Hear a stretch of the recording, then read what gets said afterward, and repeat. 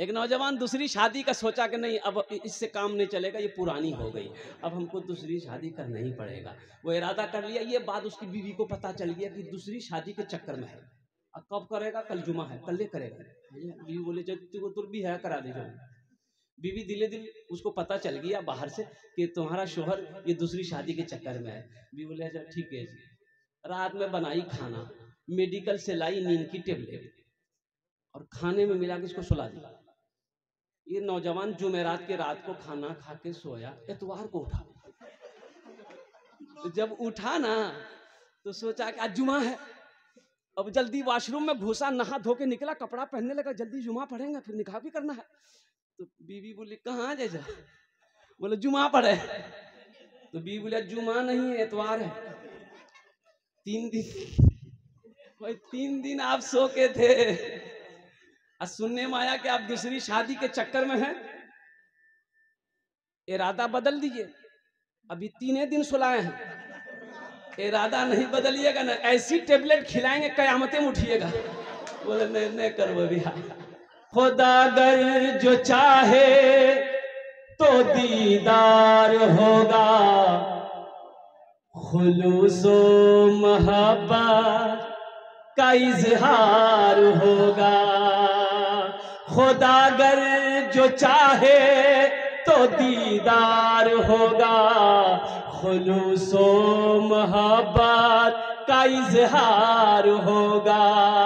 रही जिंदगी तो फिर मुलाकात होगी, हमारी और आपकी कोई बात होगी। इमाम साहब ने कहा कि लोगों कभी कभी अपनी बीवी की तारीफ कर लिया करो। बीवी की तारीफ करने में भी सवाब है, बीवी की तारीफ करने में भी सवाब है। एक नौजवान तकरीर सुना, जुमे की नमाज पढ़ा, मस्जिद से घर आया, बीवी को बोला खाना दे दे। बीवी खाना निकाल कर आगे रखी। ये नौजवान एक लुकमा खाया, बोला सुभान अल्लाह। दूसरा लुकमा खाया बोला अल्हम्दुलिल्लाह। तीसरा लुकमा खाया, बोला कि माशाअल्लाह। चौथा लुकमा खाया, बोला कि क्या मुन्ना की अम्मी क्या खाना बनाई। बीवी सुनती रही। बीवी ली बेलना जाता है ना, अब पीछे से आई, मारी सर पे खटा। बोला अरे काहे मारे हमको? तो बीवी बोली कि 20 साल हो गए मेरी शादी को, आज तक आप मेरी तारीफ नहीं की है। आज पड़ोसी के यहाँ से दाल लेकर चले आए हैं तो तारीफ नहीं थक रही है, इतना बेलना मारेंगे सर का बाले उड़ा दे। आवाज दर्द को मेरी, आवाज दर्द को मेरी इतनी रिसाई दे। आवाज दर्द को मेरी इतनी रिसाई दे। जब नात मैं पढ़ूं तो नबी को सुनाई दे। जब नात मैं पढ़ूं तो नबी को सुनाई दे। आवाज दर्द को मेरी इतनी रिसाई दे। जब नात मैं पढ़ूं तो नबी को सुनाई दे। आवाज दर्द को मेरी इतनी रिसाई दे। जब नात मैं पढ़ूं तो नबी को सुनाई दे। और ये जो शेर मैं आपको सुना रहा हूँ, ये आशिकों का शेर है, बस यूं समझ लीजिए कि जन्नत मिले तो शर्त है, ऐसी जगह मिले। जन्नत मिले तो शर्त है, जन्नत मिले तो शर्त है, ऐसी जगह मिले। जन्नत मिले तो शर्त है, ऐसी जगह मिले। आँखों को जिस जगह से, आँखों को जिस जगह से मदीना दिखाई दे। आँखों को जिस किस जगह से मदीना दिखाई दे, आवाज दर्द को मेरी इतनी रिसाई दे, जब नात मैं पढ़ूं तो नबी को सुनाई। कभी कभी अपनी बीवी की तारीफ कर लिया करो। और नौजवानों एक बात याद रखना, अच्छा माशाल्लाह जज़ाकुमुल्लाह खैरा, अल्लाह इस बच्चे की कमाई में बरकत अता फरमा दे। एक बात याद रखना, सखी बनो, अल्लाह मेरा सखी है। ये जो माल खर्च करना, पैसा लुटाना, अल्लाह के रास्ते में खर्च करना और कुर्बान जाओ, मेरा अल्लाह सखी है, सखावत को पसंद करता है। और एक बात याद रखिएगा, हुजूर की हदीस है, बखील जन्नत में नहीं जाएगा, बखील जन्नत में नहीं जाएगा। अच्छा बखील जाने ना अपना, बखील जानते हैं ना, इसकी 4 क्वालिटी है। अरे कंजूस, इसके 4 क्वालिटी है, 4 क्वालिटी है। बखील कितना हुआ भाई, 4 क्वालिटी इसके हैं। हाँ हाँ हाँ हाँ, अब मैं बता रहा हूँ, बखील के 4 क्वालिटी हैं। नंबर 1 बखील कितना हुआ भाई, कितना हुआ बोलिए?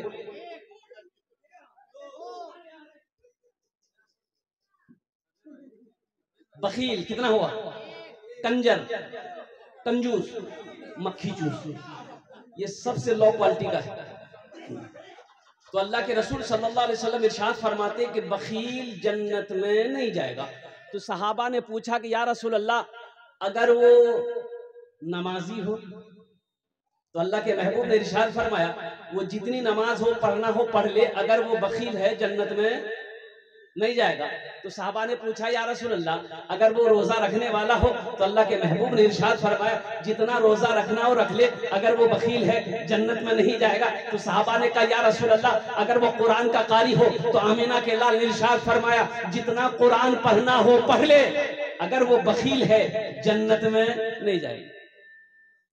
इससे पता चला है कि मेरा रब सखी है, मेरा अल्लाह सखी है। और अल्लाह के महबूब के दरबार में जो भी आता, जो भी सवाली आता, हाजतमंद आता, जरूरतमंद आता, तो जो भी पास में होता दे देते। अब पास में है नहीं, जरूरतमंद आ गया, तो आप बिलाल को आवाज देते, बिलाल कहाँ है? कि आका मैं हाजिर हूँ। तो अल्लाह के रसूल इरशाद फरमाते, बिलाल ये जरूरतमंद मेरे दर पर आया है, ये सवाली मेरे दर पर आया है, आज मेरे पास देने को कुछ नहीं है। ए बिलाल, किसी से कर्जा ले ले, इसकी जरूरत को पूरी कर। देखिए अल्लाह, दौलत होना अल्हम्दुलिल्लाह बुरी बात नहीं है, दौलत होनी चाहिए। इसलिए कि मुसलमान को दौलत अगर नहीं होगी, दीन के काम कैसे होंगे? बड़ी बड़ी मस्जिदें कैसे बनेंगी? हमारे इदारे कैसे चलेंगे? गुरबा मसाकिन की मदद कैसे होंगे? हम अपने पड़ोसी के हुकूक कैसे अदा करेंगे? पैसा होना, दौलत होना अच्छी बात है, लेकिन उस दौलत पे गुरूर करना अल्हम्दुलिल्लाह ये तबाही, वो बर्बादी है। उस माल वाले के लिए वो यहाँ भी हलाक होगा, आखिरत में भी हलाक होगा। इसलिए अल्लाह दौलत दे तो अल्लाह का शुक्र अदा कीजिए, और अल्हम्दुलिल्लाह उसको जायज कामों में खर्च कीजिए। देखिए नमाज के बारे में एक सवाल होगा, नमाज क्यों नहीं पढ़ी? रोजा के बारे में सवाल होगा, रोजा क्यों नहीं रखा? हज के बारे में सवाल होगा, पैसा दिया, दौलत दिया, हज क्यों नहीं किया? लेकिन कुर्बान जाइए, हदीस के अंदर में आता कि माल के बारे में 2 सवाल होगा। माल के बारे में क्या सवाल होगा? 2 सवाल होगा। पहला सवाल मेरा अल्लाह करेगा कहां से कमाया, इसका हिसाब दो। और दूसरा सवाल मेरा अल्लाह करेगा कि कहां खर्च किया, इसका भी हिसाब दो। तो अल्हम्दुलिल्लाह सुम्मा अल्हम्दुलिल्लाह, मस्जिद बना देना, मदरसा बना देना, जरूरतमंद को क्या कहते हैं कि उसकी जरूरत को पूरा कर देना।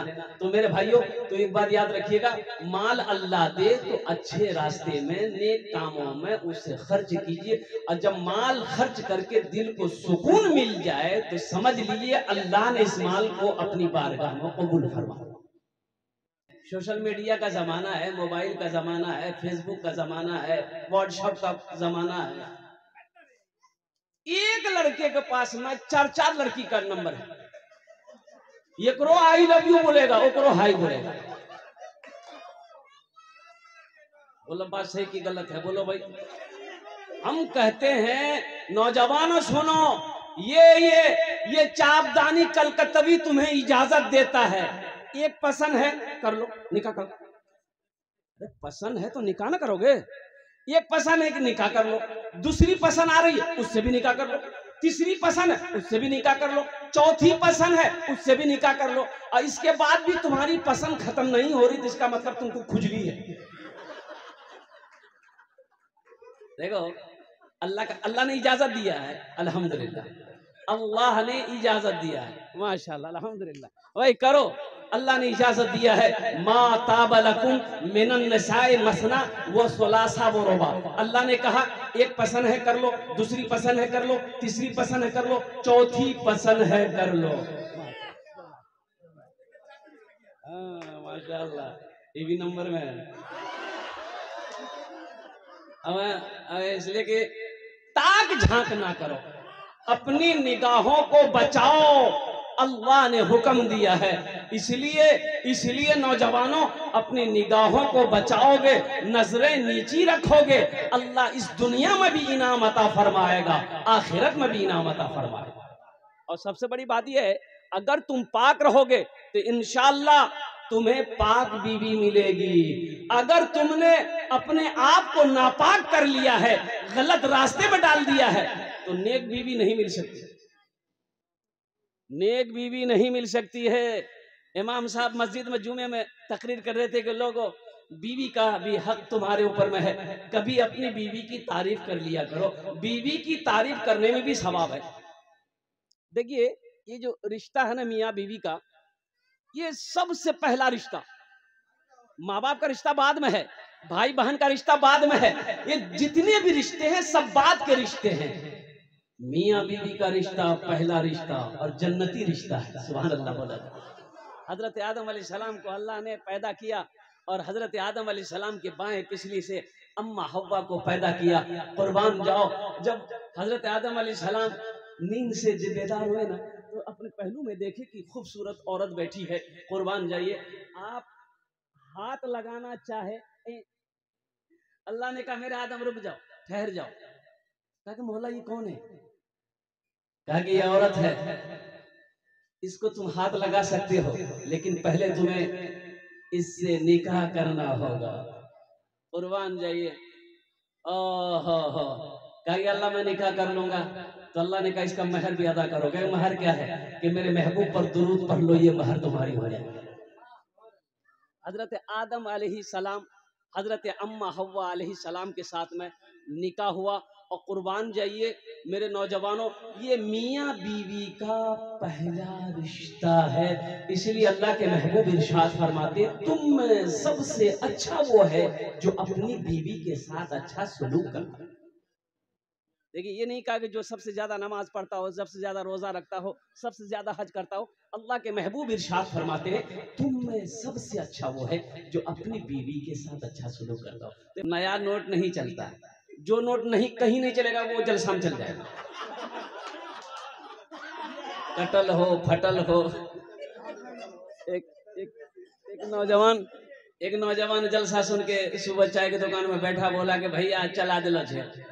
बोला की चले ले रहे? बोले चला दिलो छे। तो क्या चला है? बोला कि वो नमरी रहे, एक महीना से लेकर अरिया बाजार में घूम रहे थे, कोई दुकानदार नहीं ले रहा था। रात में जलसा था और वो कलकत्ता वाला नाद पड़ा, 10 टका उसको इनाम दे दिए, 90 टका ले लिए, नमरी वही चला दिया।